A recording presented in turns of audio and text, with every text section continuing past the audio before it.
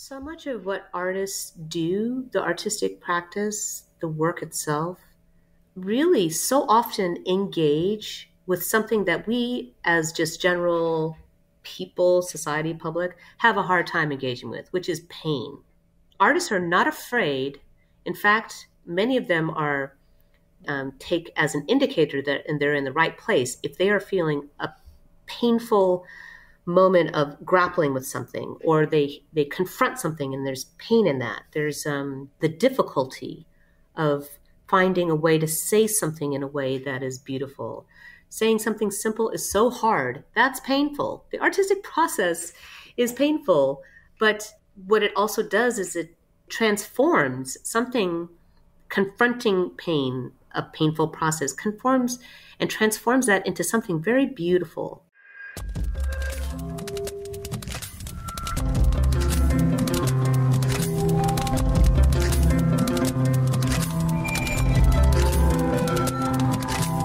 Hey everyone, you're listening to Artist Decoded. I'm your host Yoshino. This is my third time bringing Shari Frilot onto the podcast. And for those of you who don't know, but Shari is the senior programmer at the Sundance Film Festival and the chief curator at New Frontier. Sundance's in-person event unfortunately had to cancel due to the recent spike of COVID cases, but fortunately Shari and their team had the foresight to create the online version of Sundance in collaboration with the creative digital production studio, Active Theory. In this episode, we talk a lot about the programming of New Frontier this year, from a virtual reality documentary called On the Morning You Wake to the End of the World, that documents a ballistic missile threat to Hawaii in 2018, to an immersive 24-hour exhibition entitled Gondwana, that depicts the severity of the climate crisis on Daintree, which is the world's oldest tropical rainforest. And I will personally be there for the entirety of the festival, which is from January 20th through the 30th. I think I'm slated to watch about 25 films or so, and I'm very excited, but a little bit scared because I've never watched that many films consecutively within a couple of days. But if my eyes don't burn out of my skull, I think I should be fine. And I'm actually kind of excited for my eyes to burn out of my skull, to be honest. But anyways, their Sundance Explorer Pass is only $50, which includes entry to check out the New Frontier projects and entry to watch the short films and indie series at Sundance. It's not too late to purchase tickets if you'd like to attend, so get them while supplies last. But this episode gives a solid preview into the programming of the upcoming New Frontier Festival, as well as a brief look into what to expect at Sundance Online this year. I always enjoy my conversations with Shari. They're open and existential, and Shari just has a lot of insights, and I love her perspective as a curator. So thank you for tuning into this. Before we begin, please go to our iTunes page and our Spotify page.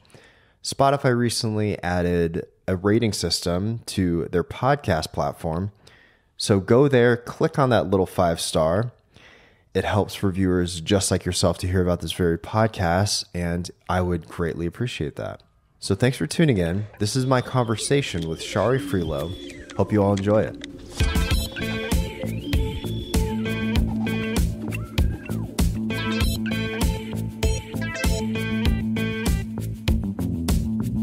So I was thinking, like, as I was preparing for this conversation, I was thinking about you, and I was thinking about who Shari Frilot is as a living, breathing entity, and I envisioned a socially conscious transhumanist, and I actually had to re-look up that term, transhumanism, just to make sure that I was putting you in the right context, you know?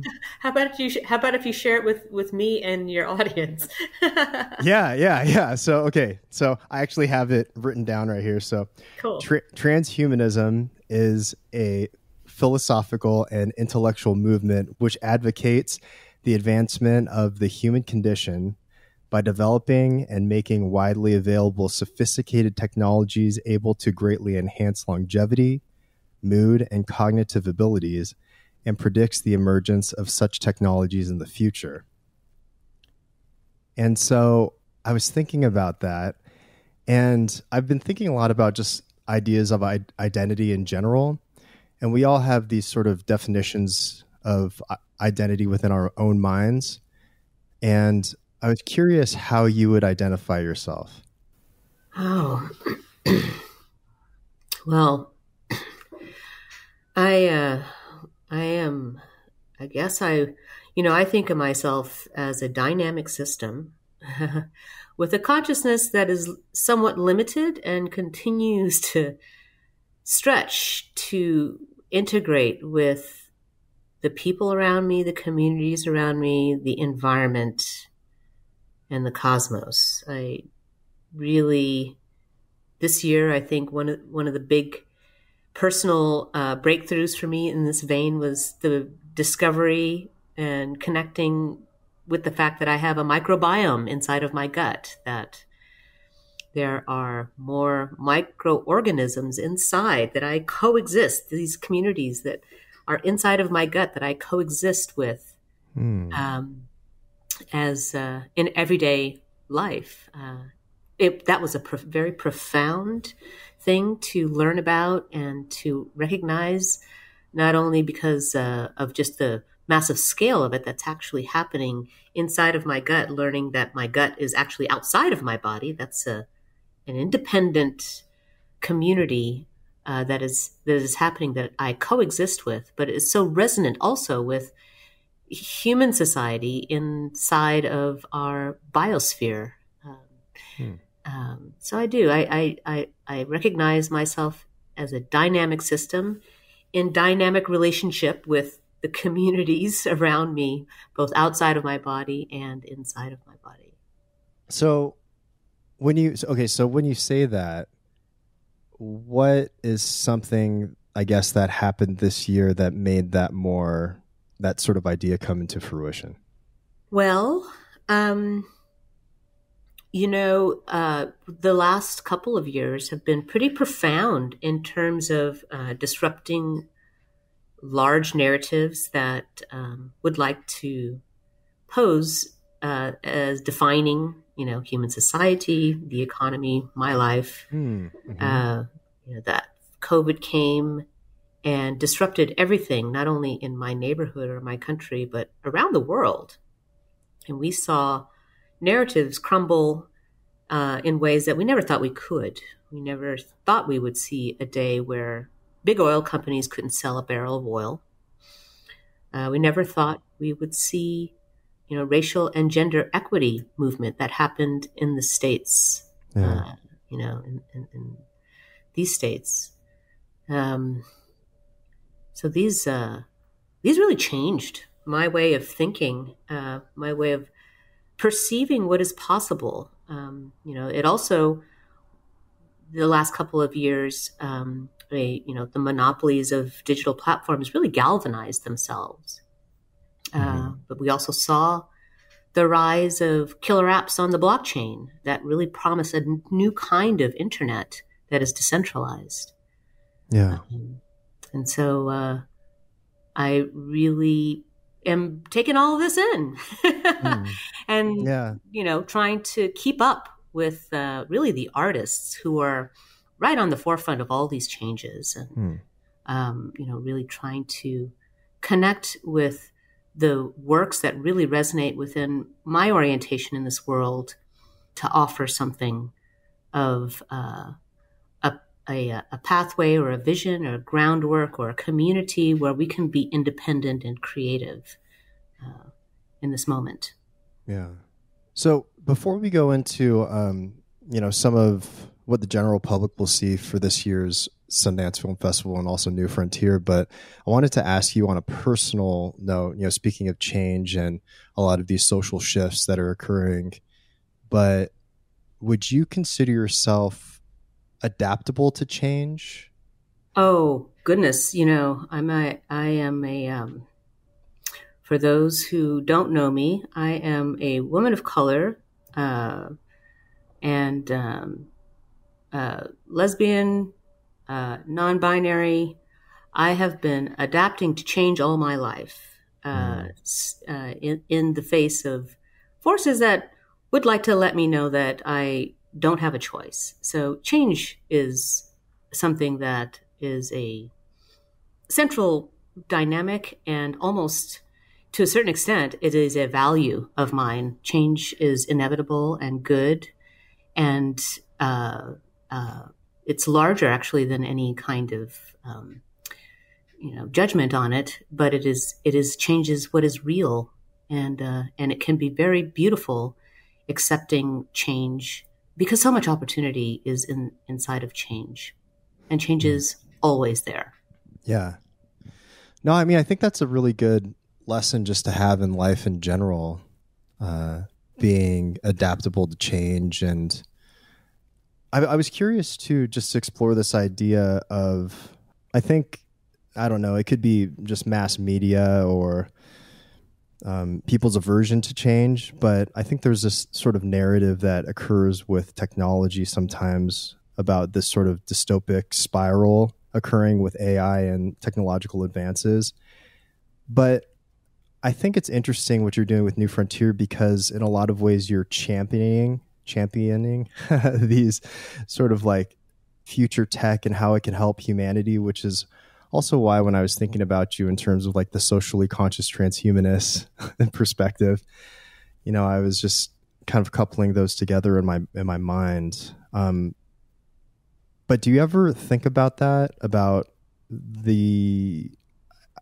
I guess that typical Terminator dystopic sort of like future world at all? I've sorted it out in the last couple of years that, I get approached a lot to talk about the future, and by futurists, that there's a whole profession of futurists. And I've really come to realize that to speak on behalf of the future is really a ploy to claim the future or to own the future. And no one can really do that. True. And in fact, where the future is made is today. The choices and the actions that we choose today actually renders our future. So to talk about it is one thing, but to actually do something about it, to identify yourself in relationship to what's going on right now, then pull the trigger, take an action, have a conversation, then all of a sudden, pow, you're in the future. And that's where I really find myself most productively oriented around, the so-called future, is to really stay aware, listen out to voices, to artworks, to movements that feel vital and makes me feel present, that magnify the sense of presence. For me, presence magnified and expanding is what I like to think about when I think about the future. Presence magnifying and expanding. I mean, I think, yeah. Oh no, go on. What were you gonna say? Well, I was just gonna say, for instance, the piece in the lineup called Cosmogony is a kind of a great example. It's a little bit of a kitschy example of what I'm talking about. The piece itself is not kitschy at all. It's amazing.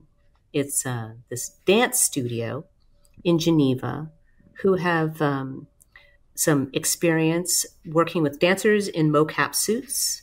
They have figured out how to capture their dancers' data streams in their mocap suits and then put those dancers inside of 3D environments in real time, such that they can project these live dance performances in multiple places. We're going to be presenting this piece called Cosmogony.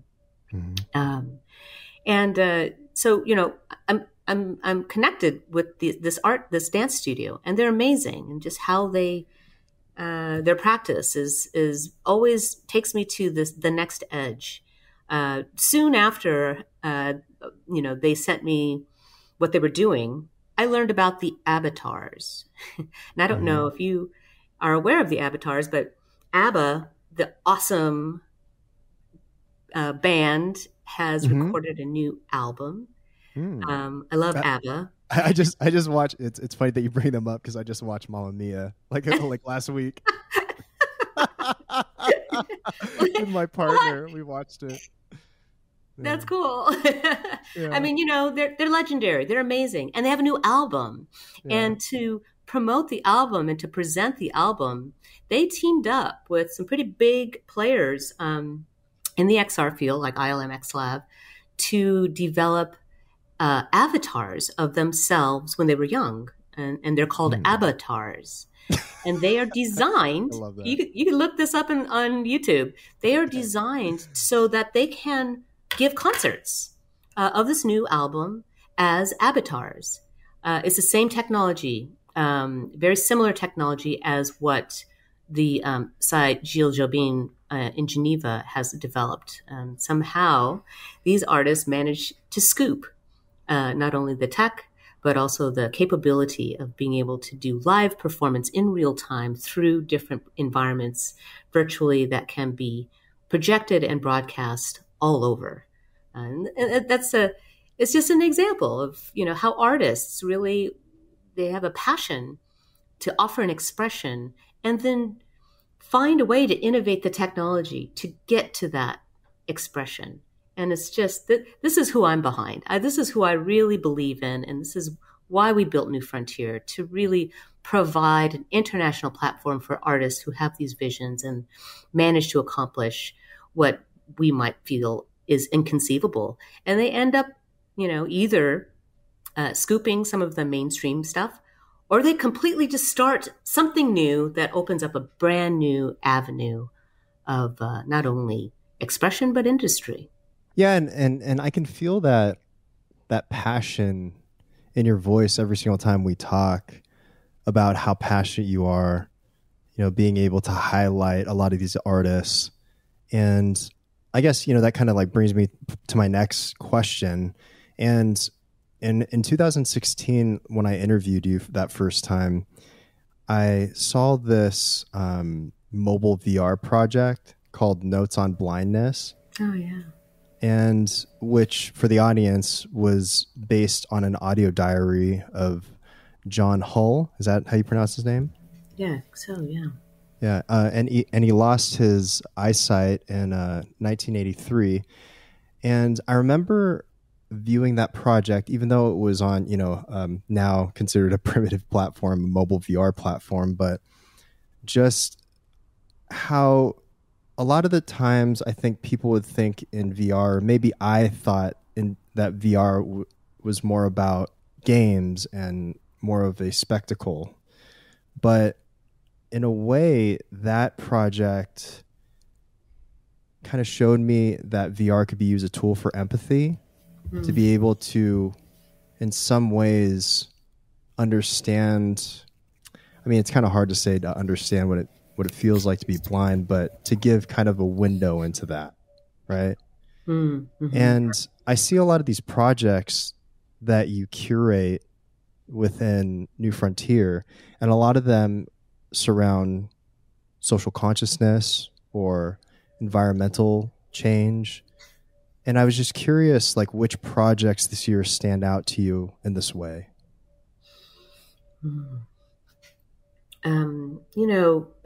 Since Notes on Blindness, the whole field of artists, the ones that are really drawing my attention are really tuning into how the body synthesizes information and how to speak to how the body synthesizes information. It's worth mentioning that the artist behind Notes on Blindness has a piece in the festival this year. Oh, which one? It's called On the Morning You Wake to the End of the World. I'm gonna look. Let's see. I have the program up on my desktop. So cool. It's a collaboration. That's Mike Brett in collaboration with Dr. Jamaica Haley. Oh, I am gonna mess up her last name. She's really awesome. She was actually in a short film last year at the festival that we presented in Cinema House last year. But this piece is about what happened in Hawaii back in, I think it was 2017, 18. 2000, yeah, it says January 13th, 2018 in Hawaii. Yeah, that's right. Everybody in Hawaii received a text message from the Emergency Management Agency. Ballistic missile threat inbound to Hawaii. Seek immediate shelter. This is not a drill. And no one could find out if this was not true. So this experience puts you in that moment, in the shoes of a number of people, Hawaiians, who received that and what was going through their head. It also puts you into the shoes of a Hawaiian who was at Princeton University at the time, who was actually studying and focusing on nuclear engagements, and how her phone was blowing up by her friends in Hawaii asking, what's up with this? Is this real? What can we do? And she's, understanding there's nothing that you can do. It was a very intense moment. I remember experiencing that just outside of, being in Hawaii in the situation, but just wondering what was going to happen. This is another piece, that Mike Brett and the team found a way to have you experience what that meant, just beyond the sheer psychological terror of it, but the physical strategies, this physical approaches that the different people on the island took to face this existential crisis, this existential threat. It's pretty tremendous. Wow. Yeah. Yeah, that sounds really powerful. That reminds me of when I went to Hiroshima back in 2017. And I don't know, have you ever been to the, I believe it's called the Atomic Bomb Museum, or the Hiroshima Atomic Bomb Museum? I haven't been to that. But essentially it's specifically about that. And there's one room in particular that it shows, it's a picture. The whole entire room is one picture, and it revolves around the entire room on the wallpaper. And it's basically what it would look like if you were standing in the center of the city with the entire city just mowed down by the atomic bomb. And there's certain experiences that we have as human beings that transform, that can potentially, depending on your consciousness level and your interests, right? But can potentially transform the way that you look at the world, your place in the world.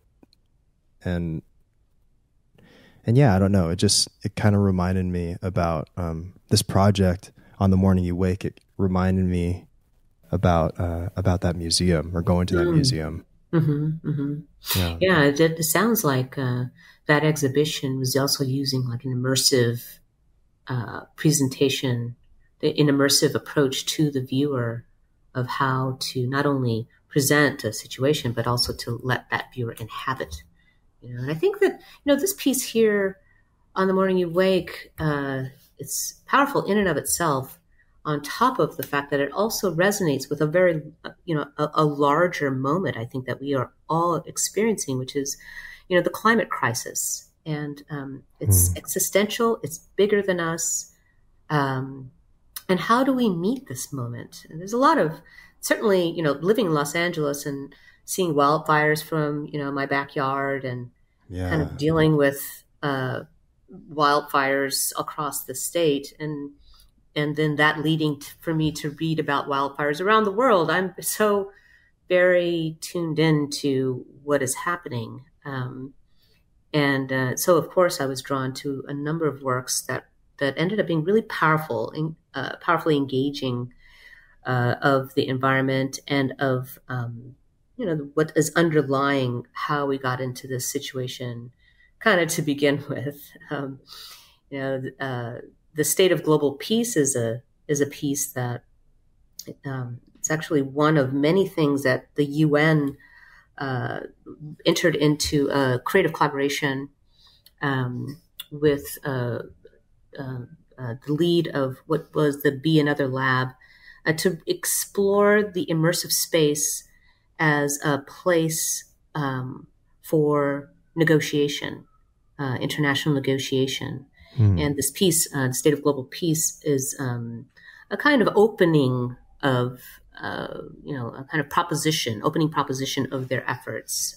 During their Artist Spotlight, they will be talking about their real explorations of setting up these negotiation spaces. But, a State of Global Peace is about, basically, puts you in the shoes of Prime Minister at the UN, very close, very near future, and you are about to address the UN, but it is hacked by a bunch of students asking really relevant questions that students are asking today, questions that young people are very compelled to ask because they are going to experience the repercussions of decisions our leadership make today in a deeper way, in a longer way than those leaders themselves. And so it's pretty great, putting yourself in the hot seat and having to answer to the youth. Another environmental piece that I was, that's really also technologically, it's the next level.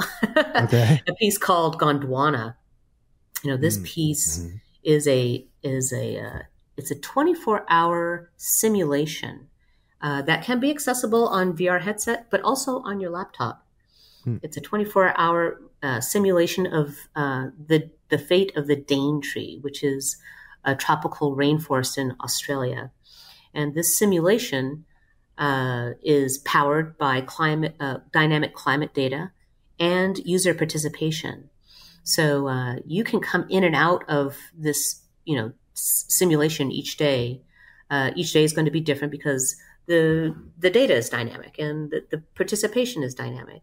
And you can see, what how this environment evolves depending on user participation. And I will tell you that it is just a beautiful, serene. The first time I went into this experience, I stayed for about an hour. It was just really compelling. And I wanted to go back. It's like getting away and going to this place that is beautiful and you feel it in your body. It's not just, there's a rainforest. You are actually in the rainforest. You become a part of the rainforest. And you see every 14 minutes, a year goes by. So you see the passage of time. And as the passage of time happens, some of the rainforest starts to bleach out. Some of it, you see some of the wildlife there and then disappear. And so, in a kind of, scale that one might relate to in terms of just how, the glacial pace and unfortunate accelerating pace of the degradation of our environment, you start to feel that in a very physical way inside of this experience. Yeah. All the while also experiencing the beauty of it. It's very complex and profound. Yeah. Gondwana. It's really something else. Yeah, that sounds like some sort of meditative visual poetry to be able to experience that. And I'm looking at some of the visuals online right now for it. And obviously, you all keep it, the visual is pretty minimal because you have to actually, go to the experience and experience it. But yeah. You're simply inside of a rainforest right on the beach.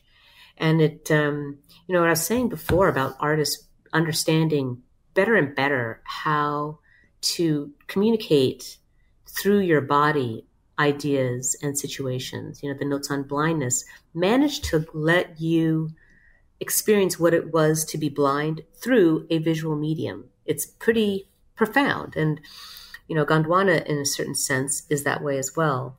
It's a very simple experience of being in the rainforest. But animated environments and, realistically rendered animation environments are one thing. These artists manage to allow you to feel being present on these beaches. seeing the sunset and sunrise, feel the rain coming down in a way that you can only achieve in virtual reality, in these immersive environments. Yeah. What do you think about when I know Elon Musk popularized this ideology of how graphics will become so good that they'll be indistinguishable from reality? Like, what are your thoughts on that? Well, I mean, we have the whole history of photography for that. I mean, it's amazing, what our photographic capture technology can achieve.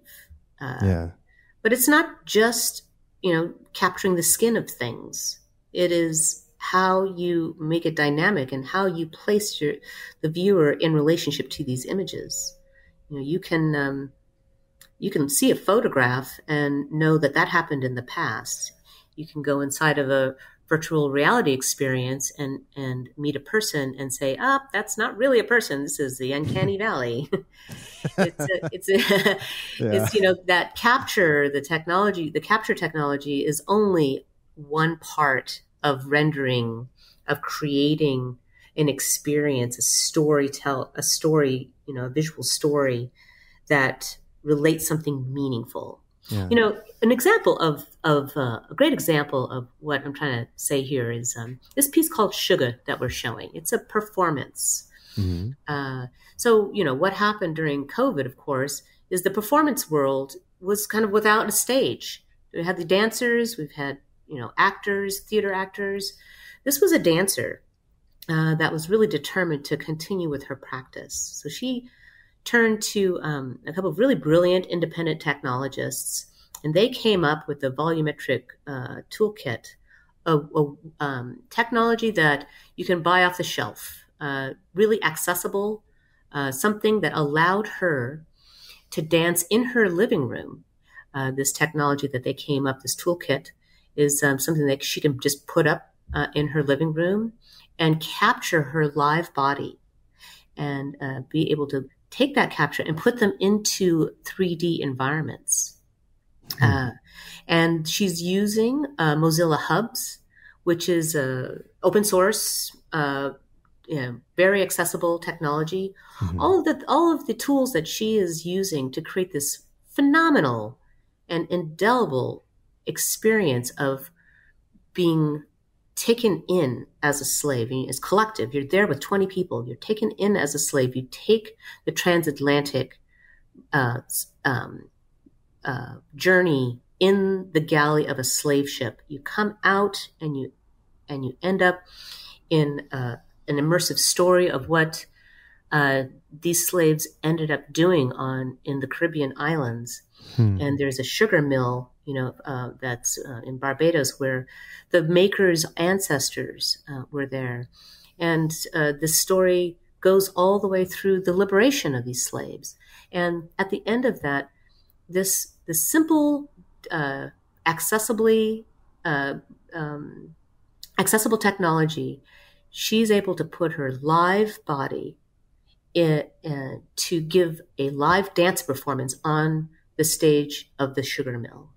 And it's just, as an American in our society where we really just have a hard time talking about slavery, have a hard time understanding what it means, having a hard time realizing and appreciating the liberation moment and participating in it. This dancer and her technologists use DIY technology to be able to really expand our ability to grasp the situation, not only intellectually, but through our bodies. Wow, that sounds really powerful. I definitely have to check that one out. That sounds really incredible.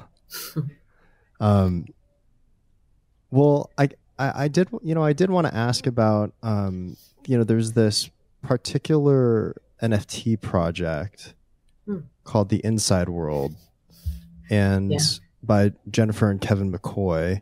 Mm-hmm. And I also know that you all are highlighting an NFT talk with one of my friends, actually, Jesse Damiani. Oh, yeah. And I was just curious, like on a more macro perspective about the conversations around Web3 and NFTs, but what is most exciting about those sort of conversations to you? Well, as you might imagine, our desk was completely inundated with NFT proposals this year. Yeah, I can imagine. I can imagine. And it really was like, wow, the situation was changing every day. New different kinds of new companies, new artists, and what we in the end we found a lot of galleries that want to do auctions. It's just a really tremendous opportunity for artists right now. But we were, of course, looking for the storytelling element of it, and also trying to find the edge of advancement of the field, and realized that the more we looked, the more we were overwhelmed with new information, until we realized, wow, we're not going to ever get a hold of this because we are actually inside of this. This is a sea change. And that really changed the way that we approached, trying to engage this movement, hugely significant movement of the emergence of a new internet that is happening.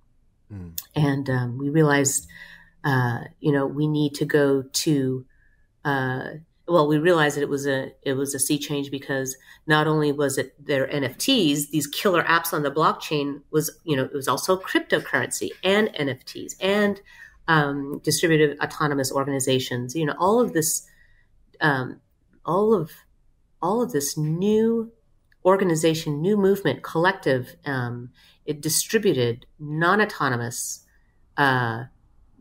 decentralized, accountable, all happening at the same time is incredibly significant, particularly, given that the landscape is now dominated by monopolistic platforms. So the piece that we saw that really that really embodied a lot of what the potential, opening up the new potential for creativity and community, was The Inside World by Kevin and Jennifer Mccoy. After all, not only were they the first artists that we ever showcased at New Frontier, which was kind of great. They're just amazing artists. They also were responsible for minting the very first digital art NFT and knew what they were doing. They are artists in their souls and their roots. And they were right at the edge from the beginning of this technology. So The Inside World is a fictitious, it's a story world that you, as the participant, are invited to co-author. This is a crowdsourced mystery story where the setting is Las Vegas, and there are 14 managers. They're all AI, artificial intelligence driven managers running Las Vegas. But a scandal has broken out that one of these AI managers is human. Who is it? So this is the setting, and you're invited to the crowdsourced part of it. The interactive gameplay of it is that you are invited to come onto Discord to co-create and to co-write and to really kind of build out the story world. This project is being launched out of Sundance. The design of the project is connected to 8,000 digital NFTs that are of the managers. You acquire these NFTs, and the NFTs allows you to unlock the Discord channel where you can then participate in the building out of the story world, and not only find community and have fun, but also enhance the value of your NFTs. So in this launch at Sundance, there are going to be a couple of free events where audiences can come into the Discord channel and participate in the storytelling. And there also will be a couple of giveaways of some of these collectible NFTs of these managers. So it should be a lot of fun, and I don't know, people might also make a lot of money on some of these, but we don't know. I mean, we're in it because it's so interesting what they're doing in terms of not just putting these JPEGs out that are collectible and have an economy of their own. This really embodies a creative community and investing your creativity, investing and doubling down on the value of the community and of the collectibles that are the fruits of the creation. Yeah, man, there's so many there's so many types of immersive experiences. I'm really excited to be able to participate. Well, the NFT, I want to circle back about, Jesse and Amelia. That was another part of it. We realized, wow, this is moving so fast. By the time we get to the festival, there's just going to be a burgeoning conversation, a need to come together, especially after watching The Inside World, especially, after attending some of these panels by some of the companies that we're also involved in our Web 3.0 track, like Rare, like Rally. Mm-hmm. Our community is going to want to meet up and talk about these things and continue to build this world. So we set a meetup up in the Cinema House, and as a provocation, we have Jesse Damiani and Amelia Winger-Bearskin talking to each other about values and the kinds of values that we bring to the emergence of a new internet, and really looking at the rhetoric around environmental impact of blockchain versus conventional banking, say, and really looking at how that stacks up, and really foregrounding the conversation around technology and how it can be so easy to say, oh, technology kind of controls our lives and these companies are too big to fail. They really foreground how important it is at this moment of an emergence of a new internet, a new way for our society to be connected and networked and accountable. How important it is for us to say what we need from our technology. Yeah. Yeah, I mean, it kind of goes back to what we were talking about earlier about, I forget exactly how you put it, but you were talking about presence and being very present now when it comes to thinking about what to do in the future. And I think I just think about like Stoicism, for instance, and I come back to Stoicism a lot on this podcast, but just thinking about what you can control you can control yourself essentially, but you can't control outside forces. And I think about that a lot just as a general sort of like human psychological traits, It's no wonder that Stoicism is on your mind because there's a lot of pain and hardship right now.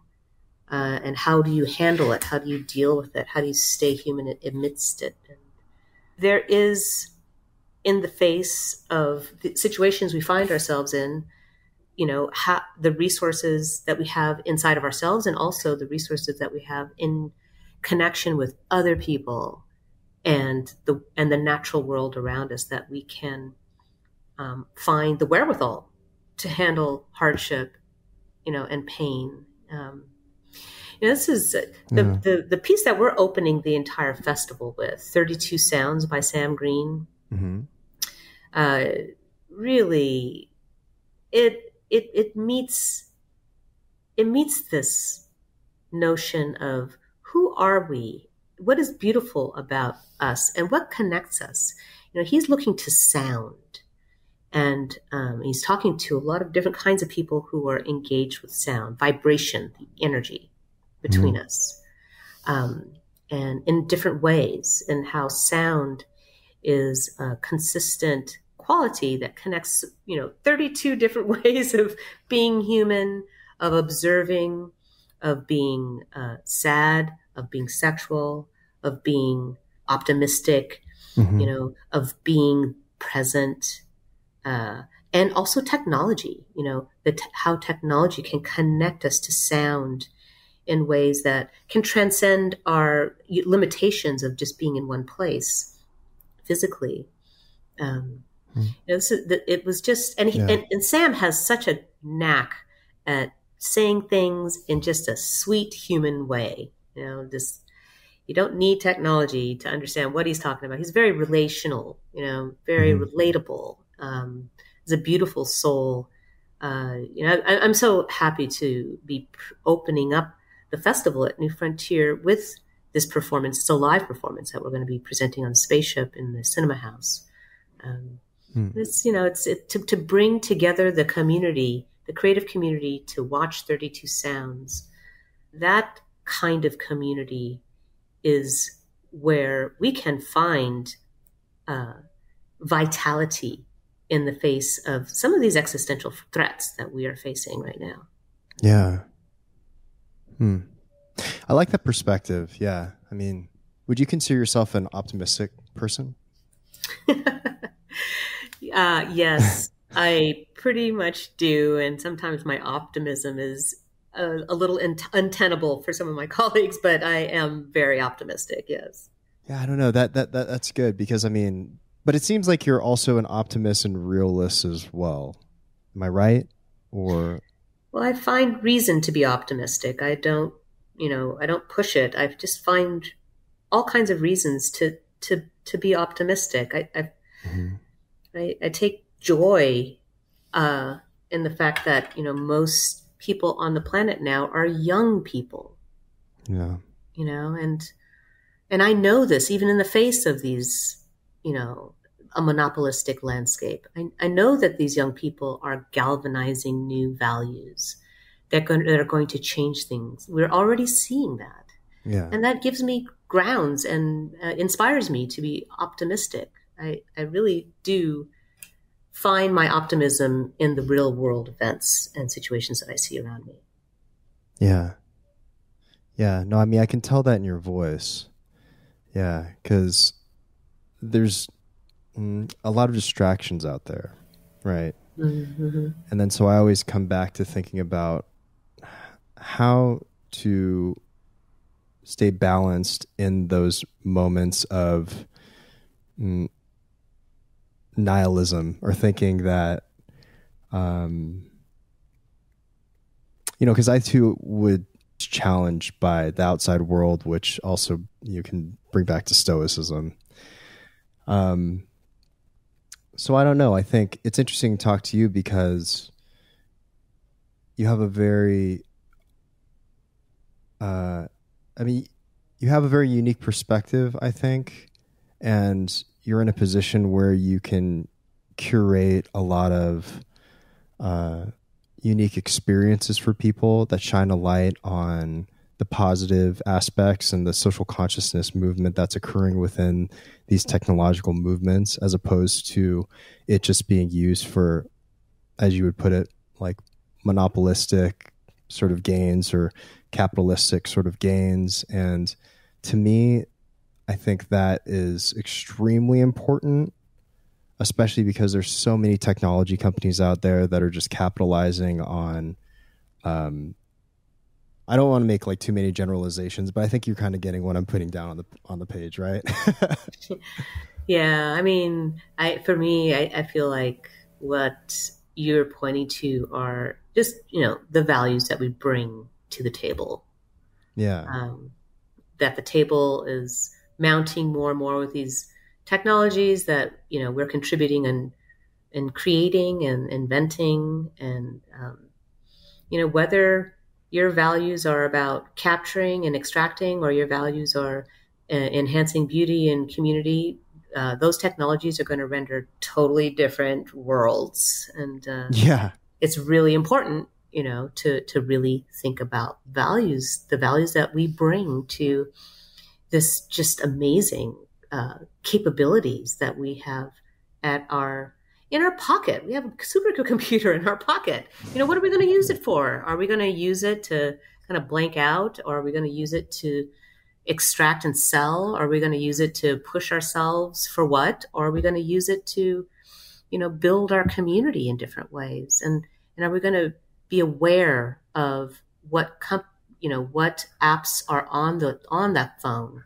Yeah.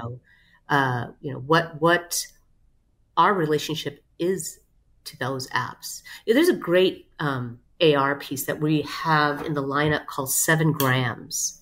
Uh-huh. This is a piece that was made by a war photography journalist, Kareem Ben Khalifa, really phenomenal filmmaker. He's won awards with his films at the festival. This is an app that you can download, and he's determined to have everyone download this for free. It's available on Android and on iOS. It uses your cell phone to teach you about your cell phone and the minerals that are required, these rare minerals that are required to create your cell phone. So it really kind of gives you a tour of how your cell phone is constructed, how it's built, how it works, and the role of these rare earth minerals in your phone to make the miracle of supercomputer in your hand possible. But then, and this is all in an AR experience. So you're, looking at this volumetrically in your living room, right? Mm-hmm. So you see your cell phone, and then you see these minerals, and then he takes you to where those minerals come from. And a lot of them do come from the Democratic Republic of Congo, the DRC, and how those minerals are mined, and the human cost of how those minerals are mined, young people, child soldiers that become child miners, and all the way to the story of one of those children. And it's so powerful that it happens in your palm. It really gives you a totally different perspective on your cell phone, this supercomputer in your palm, and the human cost connected to it. It helps you expand your perception of the relationship your cell phone has to what's going on all the way over in the DRC with these kids. And then you can make some different choices. You have this opportunity to build different values, to take responsibility for, these cell phones, and not just use them and think about them as expendable products, but they actually have a human cost across the Atlantic. And, and of course there will be a call to action after this, to be able to, take action around this and expand our knowledge of our connection to the global supply line that gets these phones into our hands. Mm-hmm. Yeah. And that's kind of the beauty of what you do too, is that you give people access points in order for them to expand their consciousness with these various projects. Well, I follow the artists. It's really the artists that are pointing us in these directions. We always are in need of our visionaries, and I really believe in the value of artists in our society. So easy to think the movies that you watch on Netflix were just easy to make because it's easy to watch, and it gives you these experiences that are easy to access, but they're hard. These movies are hard to make. They're really hard. And sometimes, filmmakers and artists, they make these stories against all odds. And I want to be there for them. That's what Sundance has always been there. I've always believed in the mission of Sundance, the festival and the Institute, to be there for independent artists who have visions and want to make a story that maybe in the beginning do not have a whole lot of traction, in the studio system or, like the structure that is. But I'm so proud that we've built a platform that is the Sundance Film Festival that can bring these works, bring these films, bring these works to a large audience that can, in a sense, change the mind of this power structures that be, and then you get to see them on Netflix. It's a give and take. It's totally an intervention of love and something that we believe in. And for me, I will be tireless to help play a part to find artists take their rightful place in society as our leaders, leaders in humanity. Do you tend to think about that a lot in terms of the systemic issues that artists face within our society in the United States? Well, yeah. I'm not trying to ask you to solve the issue right now, but I think it's something that I think about a lot. There's a lot of ways to think about it. That's it can be overwhelming, but like, I mean, share with me how you think about it. I guess just like in terms of, I mean, I know a lot of artists, and a lot of artists struggle really hard, and it could be for a lot of different reasons. But I think in a general sense, in our society, artists are not supported as opposed to maybe an attorney or an accountant or, you know, something that has more of a, I guess for lack of a better term, like a more viable solution for our society, right? Or a more viable role, or a direct role that helps corporations and that sort of a thing, right? And then so I think like, what are things that artists can do?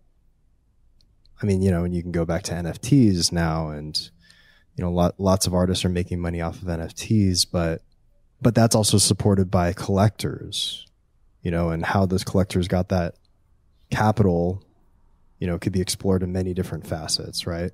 But then I just think, just in terms of how can artists be elevated and supported and as a whole, right? And I don't know how to answer that question. You know, this is kind of like part of the podcast. It's like, these are the questions that I'm trying to explore, like trying to figure out, like, how can artists be helped, you know? It's a good question. I mean, I think that so much of what artists do, the artistic practice, the work itself, is not as legible. Like the value of the artistic practice, these works, really so often engage with something that we as just general people, society, public, have a hard time engaging with, which is pain. The artists are not afraid. In fact, many of them they take as an indicator that and they're in the right place if they are feeling a painful moment of grappling with something, or they confront something and there's pain in that. There's the difficulty of finding a way to say something in a way that is beautiful. Saying something simple is so hard. That's painful. The artistic process is painful. But, you know, what it also does is it transforms something, confronting pain, a painful process, conforms and transforms that into something very beautiful. And that, I think, is why we are so drawn to it. Yeah. And why we tend to underestimate it and to not to take it for granted, because we don't want to deal with the pain of it.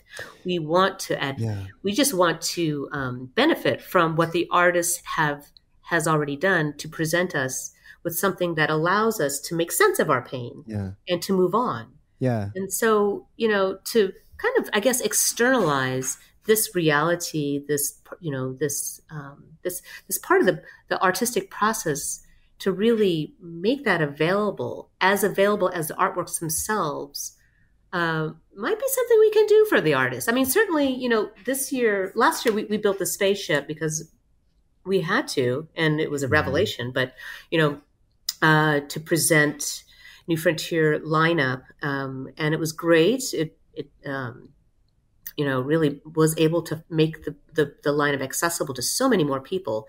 But when we talked to the artists afterwards, they were like, yeah, it was really great that so many people got to see it, but I didn't get to meet them. You know, I need to, you know, they need to meet the artist, their audiences, and their audiences need to meet each other. So in response to that, we created the Artist Spotlight series. And this is going to be on the Spaceship and Cinema House. And you can find the dates in every mural of the projects in the gallery. But the Artist Spotlight series is all of the artists, each for individual projects. Each individual project will present their process and where this work came from, and be available afterwards, to audiences so that they can meet the audiences, and audiences can talk to the artists and really see what the process was to build and present some of these works that we have in the lineup in the gallery. In a certain sense, this is the reason why we built Film Party on the Spaceship. Yeah. Because once we had figured out how to do to present a bleeding edge XR lineup in the gallery, we realized we can do that. We can hold the social community of the entire Sundance Film Festival in a venue that is designed to bring filmmakers who are streaming their films. And this is this has repercussions on the larger landscape, because a lot of our filmmakers more and more are making movies for streaming platforms, and they stream their films, but they don't see their audience. And, I'm here binging on Netflix with my cat, and when it's over, it's just my cat that I get to talk to, And so, with Film Party, it is designed to let audiences stay in the story worlds and actually have the conversation in embodied ways, in an immersive environment, so that they can feel embodied as they have these conversations, and also meet the artists, and the filmmakers can meet their audiences who have just streamed their film on the festival platform. This is really important. This is such an important part of our cinematic culture, the conversation that's provoked by these films, but also, bringing us closer to that artistic process so that we understand and value what the artist has done and what they have given us. Yeah. The conversational aspect, I think, is extremely important. I mean, that's how social change is enacted, partially. It's by having those conversations, whether it's on a communal level or a more, politically facing level. But well, I guess, to conclude, is there anything else that the general public should expect to see at this year's Sundance Film Festival and also at New Frontier? I mean, what's great about New Frontier this year is that it is globally accessible. And it's twice as long this year as it was last year. So, the one thing that I would encourage people who come to the festival is to take the time, set the time aside to Sundance, to Fest. It's hard, especially in the last couple of years. A lot of film lovers, a lot of filmmakers have spent a lot of time working from home, in Zoom rooms, and having meetings. And that pace has ramped up. Very easy to not take the time. But we built a spaceship where it is immersive, this venue where you can immersively have conversations and meet new people and talk about the films in the festival. We have this immersive gallery that you can either enter on your computer or in VR headset interchangeably, where you can see these works and then be with hundreds of people at a time, one by one, actually encounter the artists and meet new people and catch up with old friends. But it takes you need to spend the time to do it and set this time aside. What was great about, having an in-person event in Park City is that you actually had to go to Park City, and all of the world outside your old world you left behind, and then you were present in that moment. I see. To do this from home, you have to set the time aside so that you could be present in the moment. And I can guarantee you that your time spent watching these movies in the festival and going to these premiere parties on the spaceship will generate memories that you will not forget. And they will definitely be more memorable than any Zoom conversation you'll have during that time. Yeah. Yeah. I think that's important to let the audience know too, is, not just go for the experience, but also go for the conversation, going back to what we were talking about having conversations with the filmmakers and having conversations around the piece as well. Because there's that emotional component, and a lot of that has to do, I think, with conversation, because you have your experience of the piece, but if you can actually talk about that piece with someone else, and especially with the filmmaker, then it gives more weight to the experience. Yeah. Yeah. And that's what's so wonderful that we found last year when we hosted the community and the conversation on the spaceship. It's the passes are to get on the spaceship are very reasonable. It's $50, but you do have to you make that investment to be in this immersive social environment. Everybody is there for the same reason. They're all there to watch the films. They're all there to see the works in New Frontier, and they're all there, everybody starts with a common ground, even though, one person loves this kind of film and another person, one person loves the horror films and the other one loves a romantic comedy. We're all there seeing these films. So the kinds of conversations that you can engage with, it's such a safe environment. And it's the kind of environment where the conversation starter is already there. And it's built with a lot of love. This platform is independently built. It is a custom platform that we built alongside, in conjunction with the creative studio Active Theory. Mm-hmm. All of the music that's on the platform were composed by Sundance Composer Lab Fellows. There's just a lot of love and care, and built it so that people can meet each other the way that we meet each other online. In Film Party, you're streaming your video, but you're in this cute avatar body and you can walk around.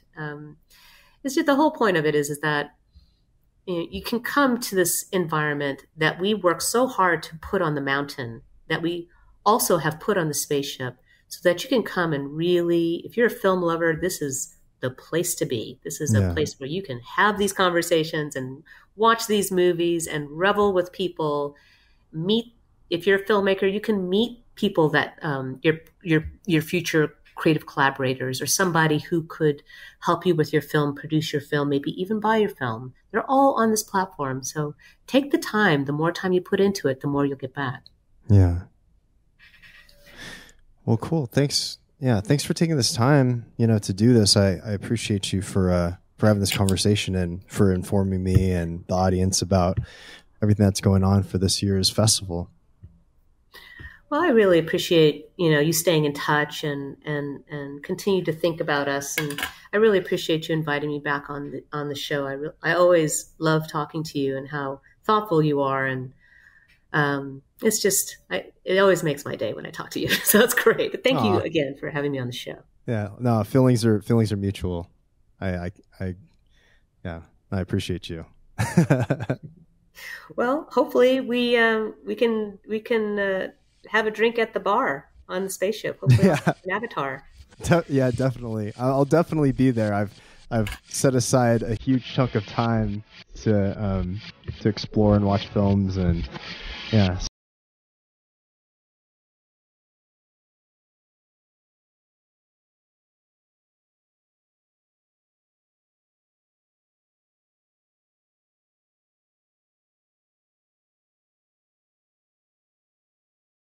AKA Justin Dosher Hopkins. YouTube and creative support is by Tyler Scully. Thanks so much for tuning in. See you next time.